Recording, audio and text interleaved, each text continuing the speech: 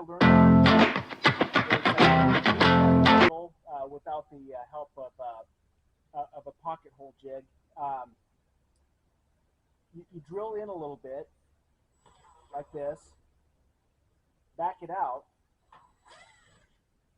okay, and only drilling in about half an inch, but establishes the hole that I can come back in at an angle.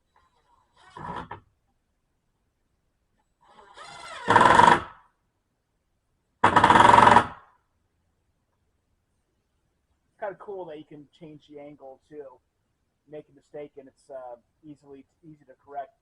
All right, so I got the 2x4s on the sides here.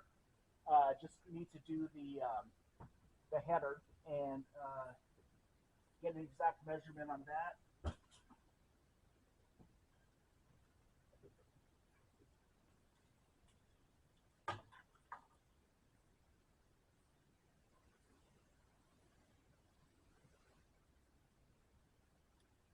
Okay, so that's a scant 40 and a half.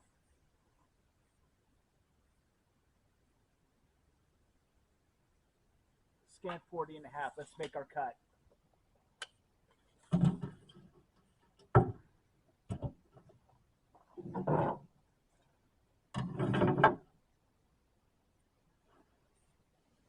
Okay, I said a scant 40 and a half.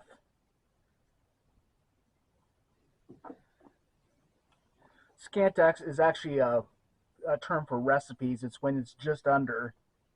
So when you're cooking and you see scant,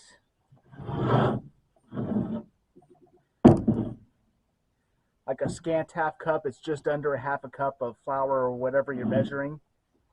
Oh. Okay. All right, safety first.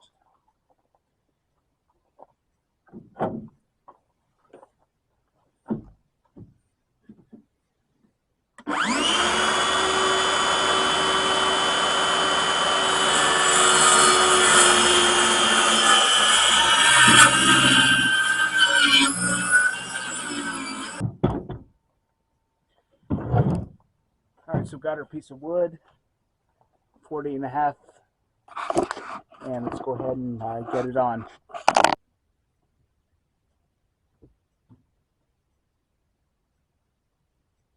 All right, by building it on the platform like this, I can have it flush on one end while I'm attaching it.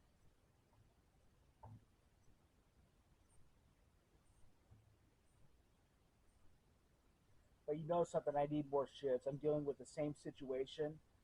I'll be right back. I got to cut up some more shivs, and so that's all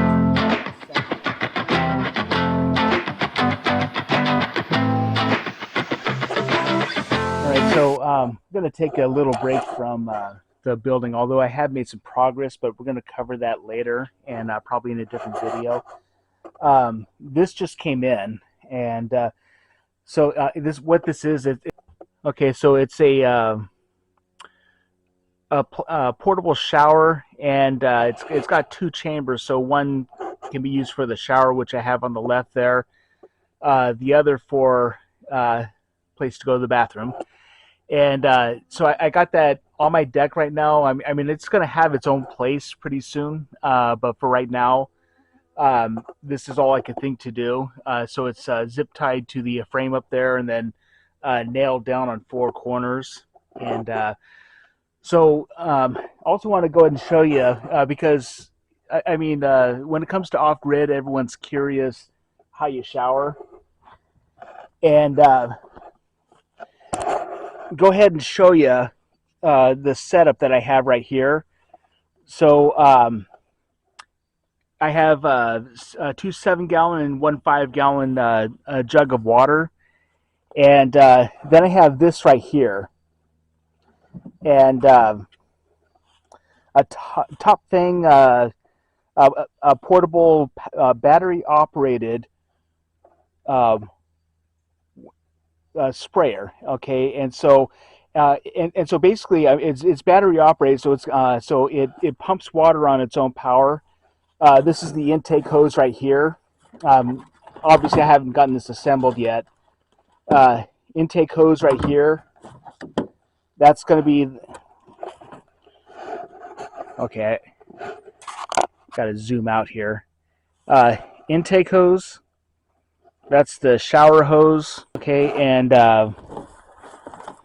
so this isn't going to be a complete review of this product, but basically, guys, you need something like this if you're going to be off grid, especially in a camping situation I'm in right now. And this is not only going to be good for taking a shower, it's also going to be good for washing dishes next spring, for watering plants.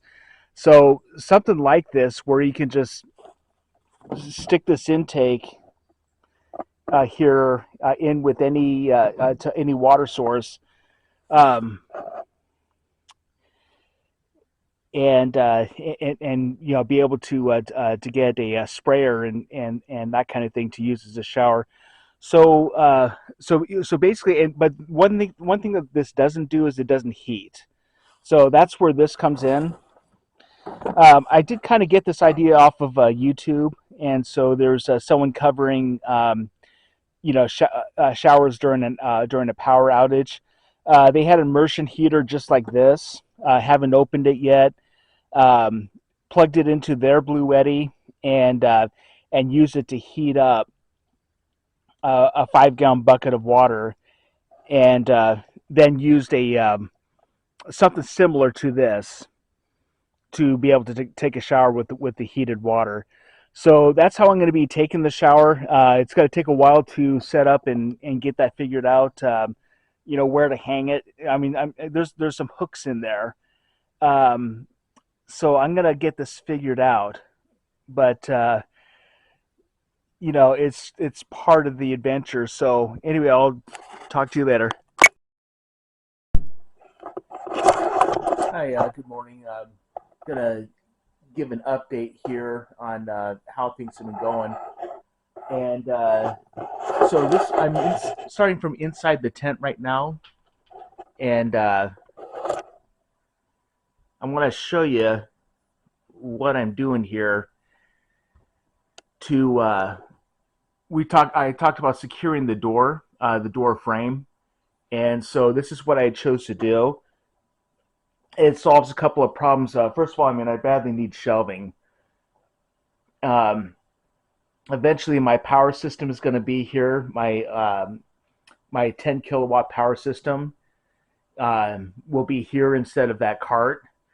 But also, what you're looking at here is shelving built with 4x4s and 3/4 inch plywood, and also the post brackets and everything. So it's very sturdy. It has depth and width, and it's securely bolted to the door frame via 4-inch screws, and so it's pretty steady.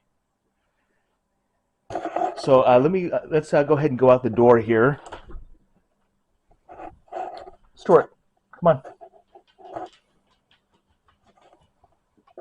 go.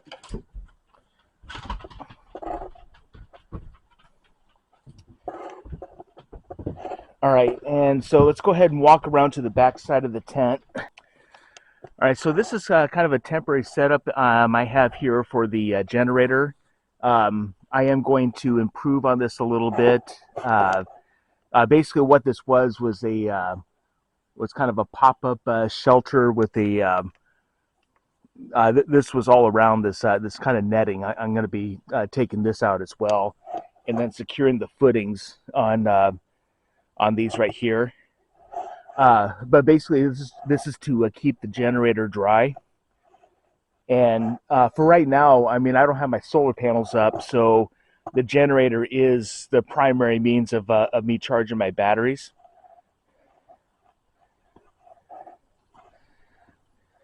Okay. But this is why I'm out here, what I'm going to be doing today. So last night, the wind really blew. And I've heard some noises while I was sleeping, indicating that the frame.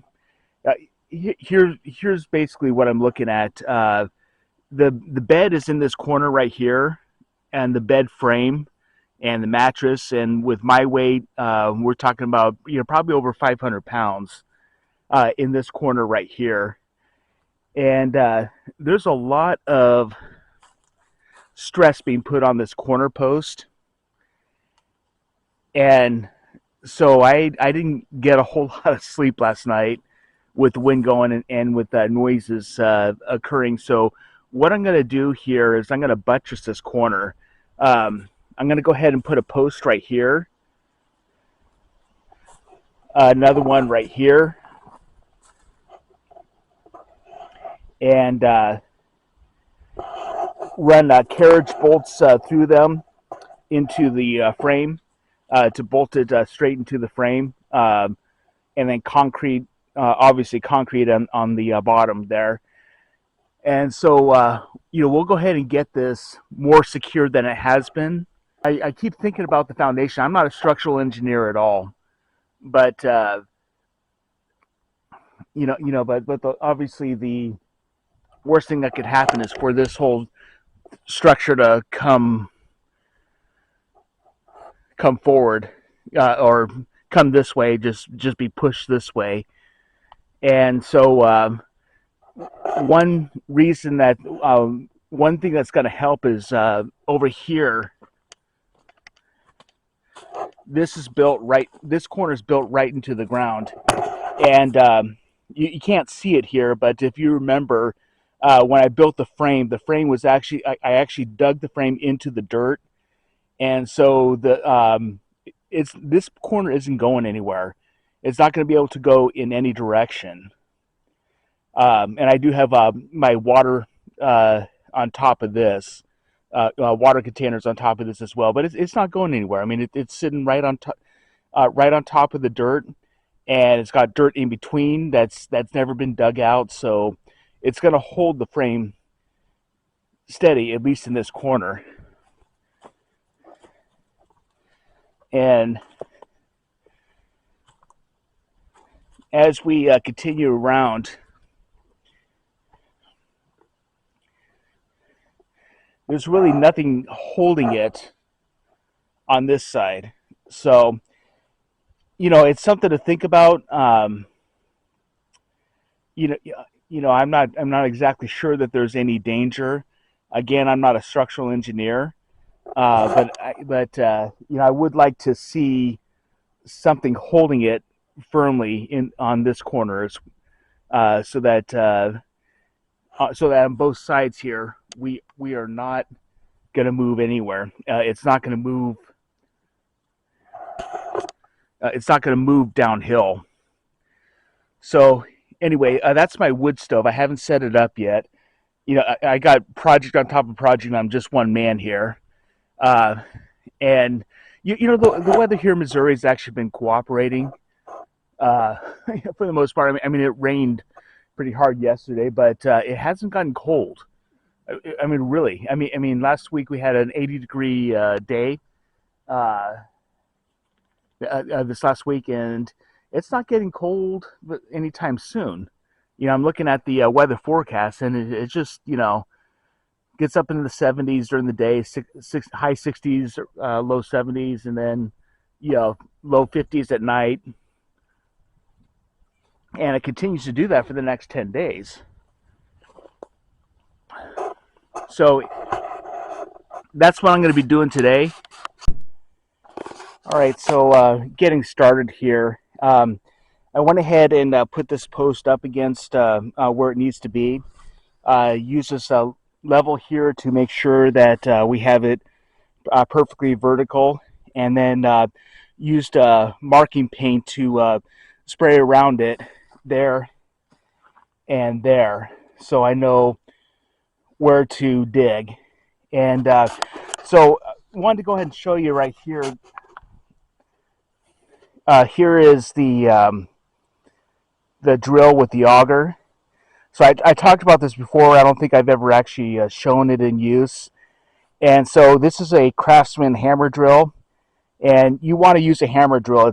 It's designed for this kind of thing.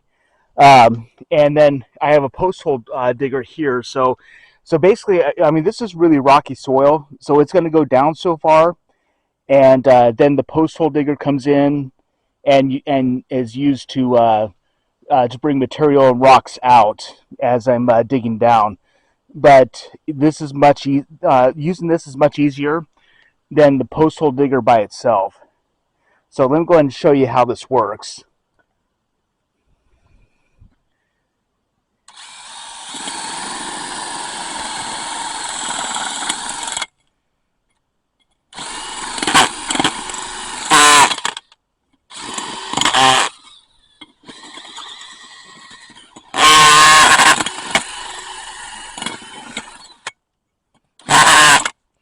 Okay, I think I'm running into a rock already, which happens. All right, so I might be dealing with a big rock here, which needs to be pried out. Nothing the auto can do about coming across rocks like this. This is an invaluable thing to have. This I don't even know what you call it, but it is solid steel. It's heavy, and for prying rocks out of the ground, it is going to work so much quicker than anything else because it can go deep, it can get underneath, and you can pry it out. And this thing is solid. This thing is solid steel. So it's pointed at this end, as you can see here. Flat on the other end. Again, I don't know what it's called, but this thing has helped me time and time again, and it's an invaluable tool to have. So look at the size of this rock that I'm pulling out, and this is where a tool like this really makes a difference. If you got big rocks like this, quickest and best way to pry it out of the ground is with a shaft like this. It gets right underneath, and you can begin to pull it right out of the ground very quickly. Okay, it's out. And take a look at this monster here. And so, I don't know if you can tell, but it's about 20 inches in length there. Took me all of about 3 minutes to get it out of the ground with this thing. Okay, so don't depend on a shovel. A shovel would not, I would have broken a shovel trying to get that out. Get yourself one of these, and it'll get giant boulders like this out of the ground for you. Okay, and we reached our depth for our first hole. Checked again with the level, and we got a vertical post here. So basically, this is going to be a lot easier than setting these original posts because when I set the original post, they kind of moved around as I tried to fill in the concrete. So it was a challenge to keep it level. But this one is going to be cut to size, and it's going to be bolted in before the concrete goes in. And then the concrete is going to get poured around the base. And then, much easier doing it this way. But we are done with our first post. All right, so I'm ready to go ahead, and I've already cut the length that I need for this post. I'm going to go ahead and drill the hole that the lag bolt is going to go through. That's the lag bolt right there. And so I'm using a 9/16. I believe that's going to be the right size. And so I'm going to drill my initial hole right through here, and then match it up with the with the 2x8 that it's going to go into. And then so basically, when you choose the lag bolt, you want one that's sufficient length to be able to go through both this and the 2x2 and what's behind it, and then be able to bolt it on the other end. As you can see, there's enough space there for a 2x8 for the 2x8 rim joist that this is also going to go through. So now we're ready for the concrete. Like I said, this is a lot easier because I made sure that it was absolutely vertical in both directions. Put the lag bolt through, secured it with 19 millimeter equipment, and and it's in place. So I'm going to go ahead and pour in the concrete. Now, just as a reminder, anytime you do something like this, next year I'm going to want to come back and retighten this and guarantee there's going to be a little bit of shrinkage. So it'll be a little bit loose. And so you always want to accommodate for that. But for right now, that is bolted in secure to the rim joist of my deck frame. All right, so just wanted to go ahead and update you. I have everything pretty much complete. So that's the first one that you saw me dig out. Second one I didn't film. It was less troublesome and didn't take as much concrete. I think this took about 80 pounds of concrete. I had to dig out so much with that boulder and everything, and fill it all with concrete. But it's going to be sturdy. So next step is to go ahead and apply some water, and I'll sleep a lot safer knowing we've got this buttress in place, and this corner post has help holding up this corner